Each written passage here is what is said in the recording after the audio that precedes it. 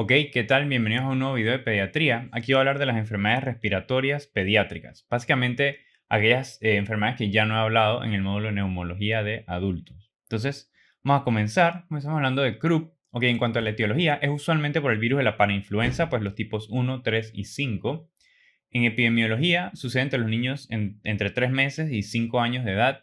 Es bien importante ver la parte de la edad de los niños porque así me sugiere un diagnóstico u otro. O sea, si tengo un niño de 12 años, yo no voy a pensar pues inmediatamente en Krupp como primera instancia, pero si es un niño pues menor de 5 años, por ejemplo 3, ya sí pensaría pues más probablemente. Hallazgos, pues básicamente un resfriado va a ser más o menos 2 3 días de duración y luego de estos 3 días, entonces inicia una tos perruna, en inglés le dicen barking cough, ronquera y estridor inspiratorio. Esto es bien importante. Esto es lo que más que todo mencionan de Krupp, la parte del estridor inspiratorio. Usualmente va a ser peor en la noche. Y este episodio va a resolver a la semana. El diagnóstico es clínico, no se necesita radiografía, no se necesita hemograma, no se necesita nada, es solamente con la clínica. Usualmente solo con mencionar lo de barking cough y estridor inspiratorio en un niño de la edad adecuada. Usualmente aquí no va a haber tanta fiebre, si acaso pues febrícula de 38, causas virales, pero no fiebre alta, por ejemplo 39 o algo más. Pero si yo le tomara una radiografía, vamos a decir que esto fuese la piel y esto fuese más o menos el cuello y la tráquea y etcétera, esto sería lo normal. Lo que se vería en Krupp es que, otra vez, el cuello, pero la sombra está más adelgazada, la sombra por donde pasa el aire. Entonces a veces le dicen el signo de la aguja o a veces le dicen pues el signo de la punta del lápiz porque se ve pues así, bastante estrecho. El tratamiento va a ser de soporte, causa viral, pero bueno, para la parte, se trata en la parte de la inflamación y la parte de la dificultad respiratoria por el estridor. Si es leve, corticoides, y si es moderado, epinefrina nebulizada más corticoides. Usualmente esta va a ser la respuesta que ponen en el examen, epinefrina nebulizada, pero sepa que también se acompaña de corticoides. Y en severa, pues igual que moderada y hospitalización con la posibilidad de intensivos, pues en el caso de que se ponga muy hipóxico, muy mal, etcétera, va a ser necesario hospitalizarlo. Pero usualmente aquí es epinefrina nebulizada. Entonces, Krupp, barking cough o tos perruna, estridor inspiratorio, epinefrina nebulizada. Las tres cosas hay que saber de Krupp. Epiglotitis, la etiología va a ser usualmente Haemophilus influenzae tipo B, o esa es la que era la causa más frecuente, pero ahora disminuyeron bastante por la vacunación, disminuido bastante los casos por Haemophilus, y entonces ahora los casos son más por Streptococcus, Streptomoniae, Staph aureus, Mycoplasma, etc. ¿Cuál va a ser el factor de riesgo que va a mencionar prácticamente siempre en las preguntas? Que el adulto o el niño no va a estar vacunado, como les dije. Haemophilus influenzae siempre ha sido la causa más común, ya los casos son pocos por la vacuna, pero si el niño no está vacunado, el riesgo de desarrollar epilotitis es mucho más alto. Entonces, eso casi siempre lo mencionan en los casos clínicos. Hay inflamación de la epiglotis y el inicio es súbito, es mucho más rápido que Krupp. Aquí hay fiebre alta, o sea, van a llegar que tiene 39, 39,5 de fiebre, por ejemplo, 39,5 Celsius. Estos son bacterias, por tanto, produce fiebre mucho más alta, odinofagia, disnea definitivamente y obstrucción rápidamente progresiva. Los niños van a tener una apariencia tóxica, incluso les duele tanto tragar que salivan y se les sale saliva por la boca, no porque no quieren tragar, y la posición en trípode. Lo que pasa es que ellos van a alargar el cuello como si fuese hacia acá para poder respirar. O sea, la obstrucción es tan severa que ellos necesitan alargar el cuello como maniobra para poder pues respirar. El estridor va a ser un hallazgo tardío. O sea que yo, tanto en Krupp como en epilotitis, yo puedo escuchar un estridor inspiratorio. Pero si yo escucho estridor inspiratorio en un niño con epilotitis, de una vez intubar. O sea, así de sencillo, porque se le va a cerrar la vía aérea y entonces ahí sí problemas. Entonces, estridor inspiratorio va a indicar obstrucción casi completa, por tanto hay que intubar. El diagnóstico va a ser clínico, confirmatorio a ver la epiglotis roja inflamada por laringoscopía. Y no se necesita radiografía, pero se vería el signo del pulgar. Aquí la radiografía es un poco más lateral. Vamos a decir que este fuese pues el cuello, la barbilla y los ojos, vamos a decir que fuesen más o menos para allá, para no dibujarlo todo. Entonces, ¿qué es lo que se vería en ellos? La sombra esta, y aquí debería no haber tanto relieve de la sombra, pero se ve el signo del pulgar, que es esta parte así. que es la epiglotis inflamada y que casi no está dejando pasar el aire. Esto es una radiografía lateral. Eso es lo que se vería en ese signo. Y el tratamiento es establecer vía aérea, es decir, intubación lo más probable. Antibióticos contra el agente causal, por ejemplo, aquí no se lee, pero cefalosporina de tercera generación o antibióticos antiestafilocóxicos. Entonces, en resumen, ¿qué me dice pilotitis? Me dice posición de trípode, fiebre alta y apariencia tóxica, salivación, obstrucción rápidamente progresiva. Todo esto me dice pilotitis, especialmente si el niño no es vacunado. Entonces, el tratamiento va a ser antibióticos y asegurar vía aérea en caso tal de que haya signos de obstrucción, como pues una intubación. Y claro, al final esto es algo pues dinámico. Uno hace el diagnóstico clínico, de una vez pues consulta con otorrino, porque manejo de vía aérea, probablemente intubación, y a medida que están haciendo la laringoscopía para la intubación, por ahí mismo ven la epiglotis roja inflamada, es de que ok, sí era epiglotitis. Entonces, esa es la parte pues realmente confirmatoria. Ok, seguimos, vamos a hablar de anomalías congénitas de la laringe. Esto va a ser más que todo en niños recién nacidos, en los primeros meses usualmente. El primero es laringomalacia. La laringomalacia es la causa más común de estridor en infantes, la causa más común. Se debe a colapso de las estructuras supraglóticas durante la inspiración. Entonces los niños inspiran y se escucha un estridor. Entonces, claro, los padres van a venir con la pregunta, probablemente a una cita control, diciendo, ah, sí, doctor, todo bien, solo que cada vez que ponemos al bebé posición boca arriba, escuchamos pues un silbido o un sonido pues agudo, etc. Y ahí es donde se va a mencionar el caso clínico. La causa más común va a ser esta, laringomalacia. La clínica que diferencia la laringomalacia de la otra que les voy a mencionar es que aquí el estridor es peor en supino, pero cuando se pone el paciente en prono, mejora. Entonces, eso es lo característico de la laringomalacia. El diagnóstico definitivo va a ser con laringoscopía y la terapia es un poquito de soporte, pero esto mejora solo a los 6 meses. Claro, va a ir mejorando a medida que el recién nacido va creciendo y en algunos casos que no llega a mejorar, entonces puede ser necesaria una cirugía si el caso es bien severo.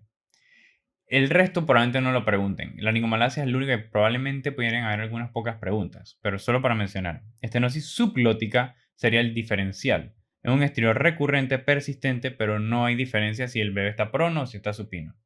Es la segunda causa más común de estridor recién nacido. El diagnóstico es clínico y el tratamiento es quirúrgico. Es por estenosis de las vías glóticas, subglóticas. Parálisis de cuerdas vocales no va a ser algo que se ve desde el nacimiento. Esto es algo, o sea, no es algo congénito, a diferencia de las anteriores. Esto es algo que, como una complicación de una cirugía. Por ejemplo, un recién nacido con una malformación cardiovascular, una malformación cardíaca, entonces le reparan la cardiopatía o reparan una fístula traqueoesofágica y entonces queda con una parálisis de cuerdas vocales, o sea, lesionan el nervio laríngeo recurrente usualmente. Entonces el diagnóstico va a ser con una broncoscopía flexible y puede mejorar solo o puede que se necesite una traqueostomía dependiendo de la severidad.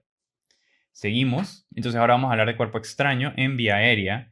El lugar más común en los menores de 1 año va a ser la laringe, el resto es pues muy chiquito para que entren los objetos, y en los mayores de 1 año va a ser tráquea o el bronquio derecho. Recuerden que en anatomía vamos a decir que tengo la tráquea, el bronquio derecho es un poco más vertical que el bronquio izquierdo, entonces si los objetos se van a ir por algún lado, se van a ir hacia acá. En cuanto a la clínica, el niño o la niña va a tener síntomas respiratorios súbitos. Claro, puede ser ahogarse, puede ser como toser, pueden ser sibilancias unilaterales o asimétricas. Esto va a depender de la localización. O sea, si es en laringe o tráquea, los síntomas van a ser más que todo distrés respiratorio, ahogo, disnea, tos, cosas más de acá, ¿no? Si es bronquio, sería más probable que uno vería pues sibilancias o disminución de ruidos respiratorios en una parte del pulmón. O sea, lo oculto solo tiene sibilancia en el pulmón inferior derecho, pero el resto de los pulmones está bien, a diferencia de asma que fuesen pues sibilancias en todos lados. O disminución de ruidos respiratorios, ocultos ruidos respiratorios en todos los lóbulos excepto un lóbulo, por ejemplo. Entonces, eso sería la clínica de cuerpo extraño en vía aérea. Usualmente el familiar o la familiar va a ver que el niño está, por ejemplo, jugando con un juguete y de repente inició con dificultad respiratoria súbita y ya no encuentran el juguete. O sea que en historia usualmente van a decir, o la sospecha de que se trabó el juguete en algún lado va a ser bastante alta. Pero en el caso clínico, si lo quieren poner más complicado, básicamente es síntomas respiratorios súbitos sin ninguna otra explicación. O sea, súbitos de un segundo a otro. Claro, hay que tratarlo oportunamente. El diagnóstico, bueno, primero una radiografía de tórax para ver si se ve el objeto en la radiografía y luego broncoscopía. Y con la broncoscopía rígida, ahí mismo se encuentra el objeto y se retira el objeto. ¿Qué es este tip? Lo que pasa es que si un niño se come una moneda, por ejemplo, que puede ser relativamente común, dependiendo de si la moneda cae en el esófago o en la vía aérea, se va a ver de una forma u otra. Si esto es pues un niño y la moneda se le trabó en el esófago, vamos a poner el esófago aquí en morado. En la radiografía la moneda se va a ver en AP, anteroposterior, se va a ver redonda en anteroposterior y en lateral se va a ver una línea así. Por otro lado, si la moneda se trabó en la vía aérea, en la tráquea, para la tráquea voy a dibujarlo en azul. Vamos a poner los bronquios acá. Si la moneda se trabó aquí, la moneda va a ser plana en anteroposterior y si le tomo una lateral, pues se va a ver la moneda redonda. Entonces siempre tomar radiografías tanto anteroposterior como lateral en el caso de que alguien haya, pues, un niño haya ingerido o tragado, etcétera, un objeto extraño. Esto sería un tip para el momento del examen para la localización. Ok, entonces vamos a hablar de bronquiolitis. La etiología, pues 50% es por virus sincitial respiratorio, el resto puede ser por parainfluenza, adenovirus u otros virus. La edad, casi todos los niños infectados son menores de 2 años de edad y la gravedad es mayor entre los que tienen 1 o 2 meses de edad, especialmente si son pretérminos. La fisiopatología, pues básicamente inflamación de las vías respiratorias pequeñas, como bronquiolos. Los signos y síntomas, pues infección de vías respiratorias, disminución de apetito y fiebre, pues irritabilidad, tos paroxística, disnea, taquipnea. Puede haber hasta sibilancias en el examen respiratorio, aumento del trabajo respiratorio, puede haber hasta crépitos o fase expiratoria prolongada. Y en los infantes pequeños, apnea. Ok, entonces aquí muchos síntomas, muchos signos. ¿Qué me va a decir que es bronquiolitis en el caso? La edad. Usualmente que pongan, por ejemplo, un niño con un cuadro infeccioso, algo bilateral, o sea, no es una neumonía, no es fiebre alta, no es nada específico, sino es un cuadro respiratorio.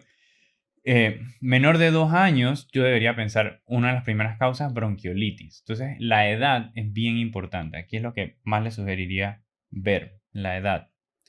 El diagnóstico es clínico. La radiografía va a ser inespecífica, los estudios de laboratorio no van a decir nada. No hay que mandar radiografía, no hay que mandar hemocultivo, no hay que mandar nada. O sea, realmente es puramente clínico. Y adicional, el tratamiento es de soporte. No hay nada específico pues, en cuanto a tratamiento. Y si es muy grave, se hospitaliza. Es lo único. En el examen siempre va a ser respuesta incorrecta poner cualquiera de estas cosas aquí. Albuterol, epinefrina nebulizada, solución salina hipertónica nebulizada, corticoides sistémicos. Cualquiera de eso es respuesta equivocada en bronquiolitis. O sea que si yo sospecho que es bronquiolitis, lo único que tengo que decir es manejo de soporte, acetaminofén y ya. Todo el resto es equivocado en el examen, por ejemplo. Lo único que hay que saber de bronquiolitis es que en los prematuros está indicado prevención, porque la mortalidad sí puede ser pues, algo severo en ellos. Entonces, si los recién nacidos cumplen alguno de estos criterios, por ejemplo, bebés prematuros menos de 32 semanas, requieren mayor de un 21% de oxígeno durante al menos los primeros 28 días de vida, o sea, algo de esto, hay que darles un anticuerpo monoclonal que se llama pabilizumab, es el preferido. Entonces, esto es lo único, en el pabilizumab en los pacientes de alto riesgo. El examen no quiere que uno se aprenda cada criterio, así que lo más probable es que van a poner un prematuro bien, bien chiquito, 30 semanas, y van a decir qué tengo que hacer rutinariamente con él. Entonces, una de las respuestas va a ser darle pabilizumab para prevención de bronquiolitis, una vez mensual. Entonces, por último, pues vamos a hablar de fibrosis quística. Esto es una enfermedad autosómica recesiva. Es común en caucásicos o personas de ascendencia europea. La mutación en el gen CFTR en el cromosoma 7 y la más común es delta F508. Ok, ¿qué pasa en fibrosis quística? Bueno, básicamente la membrana de las células epiteliales con la mutación no pueden secretar cloro. Eso es lo que pasa, no pueden secretar cloro. Como no pueden secretar cloro, no pueden eliminar secreciones mucosas. Las secreciones son más pesadas, las secreciones son más viscosas, son menos acuosas. El cloro atrae agua. Como no tienen ese cloro, no tienen agua, entonces están poco hidratadas. Entonces, como les digo, el moco es espeso y con poca agua. Y el sudor y las otras secreciones del cuerpo son saladas. Lo que pasa es que para todo lo que es dentro del cuerpo, enzimas pancreáticas, mucosidades respiratorias, etcétera, va a ser mucho más espeso. Pero para lo que es piel, el canal de cloro lo que hace es que reabsorbe el cloro y hace que el sudor sea menos salado. Con la mutación en fibrosis quística, ese cloro no se reabsorbe y por tanto el sudor tiende a ser más salado. Ok, 1000 hallazgos clínicos que pueden tener los niños con fibrosis quística. Primero que todo, cuando nacen, un hilio meconial. Esto sucede en el 10% de los recién nacidos. ¿Qué es lo que pasa en el hilio meconial? El meconio es muy grueso, como les digo, las secreciones son viscosas, espesas, poca agua, y por tanto, el meconio no puede pasar del hilio. Si yo dibujo el intestino, vamos a decir que este fuese el hilio, y entonces acá viene el colon. Bueno, se traba mucosidades aquí, se traba el meconio, mejor dicho, aquí. Entonces causa una obstrucción intestinal. Básicamente es lo que hace. Causa una obstrucción intestinal. Entonces yo lo voy a sospechar cuando un recién nacido no pasa meconio las primeras 24 horas de vida. Y después se empieza a poner mal, todo lo de obstrucción intestinal, ¿no? Se pone mal, etc. Entonces, ¿cómo lo diagnostico? Característico de hilio meconial es que yo le daría un enema con gastrografina. ¿Qué significa eso? Bueno, un enema a través de aquí del recto y que baña todo el colon, pero este enema también llega aquí, a donde está el tapón del hilio meconial. Entonces, ¿qué pasa aquí? Básicamente este enema, que es hidrosoluble, tiene agua, básicamente va a diluir este meconio y ya el meconio va a pasar más fácilmente. Entonces, esa es la primera línea de tratamiento. Si no resuelve con el enema, entonces cirugía. Eso en cuanto a hilio meconial. En cuanto a tracto respiratorio, ok, esto, muchas cosas aquí de fibrosis quística, cosas respiratorias. Es la causa más frecuente de morbilidad y mortalidad. Las neumonías son recurrentes, usualmente por Staph aureus y Haemophilus influenza en niños y luego por Pseudomonas en adultos. Si yo pongo una tabla, vamos a decir que yo pongo que el rojo es Staph aureus y el morado vamos a poner que pongo Pseudomonas. Entonces, a los primeros 10-20 años de vida, las causas más comunes de neumonía van a ser por Staph. Y ya cuando está llegando como a los 20, por acá, las causas más comunes van a ser por Pseudomonas. Los pacientes con fibrosis quística pueden tener colonización por Burkholderia cepacia. Recuerden que Burkholderia pues, es básicamente un tipo de pseudomonas. Entonces, si ellos tienen colonización con esta bacteria, esto está asociado con rápida progresión de enfermedad pulmonar, neumonía necrotizante y muerte. Entonces es bien ideal evitar la colonización con esta bacteria y si se sabe que hay esta bacteria en algún paciente con fibrosis quística en algún lado del hospital, apartar el resto de los pacientes de fibrosis quística de este lugar donde está la colonización, ¿no? Obviamente. Otra cosa, sinusitis crónica que desarrollan pólipos nasales gigantes. Entonces, tanto tienen sinusitis que desarrollan los pólipos. Y enfermedad pulmonar crónica, claro, neumonías recurrentes, se va dañando tejido pulmonar, También desarrollan bronquiectasias, claro, los bronquios se van dilatando. Incluso las bronquiectasias usualmente se desarrollan donde hay infecciones a recurrencia. Entonces, la misma historia que en los adultos. Si un adulto tiene una neumonía a recurrencia, probablemente desarrolle bronquiectasia, ellos aquí mismo lo mismo en los pacientes con fibrosis quística. Entonces que van a tener diámetro anteroposterior aumentado, hiperresonancia, crépitos, sibilancias, dedos en palillo de tambor y cianosis tardíamente. Todo de enfermedad pulmonar crónica como si fuese pues EPOC, básicamente. En cuanto a páncreas, ellos van a tener pancreatitis recurrentes y tarde o temprano insuficiencia pancreática exocrina. Me imagino el páncreas, aquí con la cola del páncreas y todo lo demás. Y están los ductos, Wilson, etcétera. Pero claro, las secreciones son gruesas, son espesas, poca agua. Lo mismo que hilio meconial, estas secreciones se acumulan. Y como se acumulan, entonces se desencadena una pancreatitis. Entonces varios episodios de pancreatitis, claro, con todo esto, tarde o temprano el páncreas va a fallar. Entonces va a estar atrófico, pancreatitis crónica, calcificado, etc. Y por tanto, no va a tener las enzimas pancreáticas. Como no tienen enzimas pancreáticas, no absorben grasa.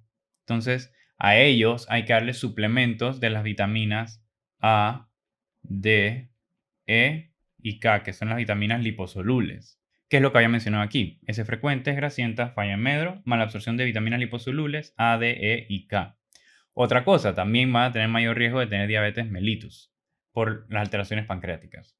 En cuanto a hepatobiliar, tienen riesgo de coleocolitiasis, colecistitis o cambios grasos en el hígado y posiblemente desarrollen una cirrosis hepática. Aquí lo más importante yo recordaría es el páncreas 100%, tracto respiratorio definitivamente hay que saberlo y saber que están en riesgo de hilio meconial. Entonces, siguiendo, Otros hallazgos clínicos: en el tracto genitourinario casi todos los hombres desarrollan azoospermia, casi todos los hombres. Y las mujeres también tienen dificultad con la fertilidad, amenorrea secundaria y menor fertilidad, y renales, nefrolitiasis e infecciones de vías urinarias frecuentes. Y en la piel, como ya saben, el sudor salado. Es más, lo de la piel es parte del diagnóstico. Se hace un test de sudor donde si se encuentran más de 60 miliequivalentes de cloro en piel, es diagnóstico de fibrosis quística. El segundo mejor test, lo que pasa es que a veces este primer test puede ser falso negativo. El segundo mejor sería un potencial de diferencia en el epitelio nasal, por si lo llegasen a preguntar, que es un poco complicado. Pruebas de función pulmonar. Patrón obstructivo a los 5 años y luego patrón restrictivo. Como les dije, como si fuese un EPOC, pero también es algo relativamente combinado porque terminan haciendo fibrosis pulmonar. En cuanto al tratamiento, complicado, no es necesario saberlo, solo menciono ahí por encima: albuterol y solución salina, DNAC recombinante como mucolítico, antibióticos para las exacerbaciones, y si la exacerbación es por pseudomonas, entonces uno usaría piperacilina, mastobramicina o ceftazidima. En cuanto al nutricional, muy importante, reemplazo de vitaminas liposolubles, eso sí hay que saberlo, por la parte del páncreas. Y bueno, cuando la enfermedad respiratoria es muy avanzada, se les hace un trasplante de pulmón. Entonces, eso sería todo con las enfermedades respiratorias pediátricas. Los veo para el siguiente video.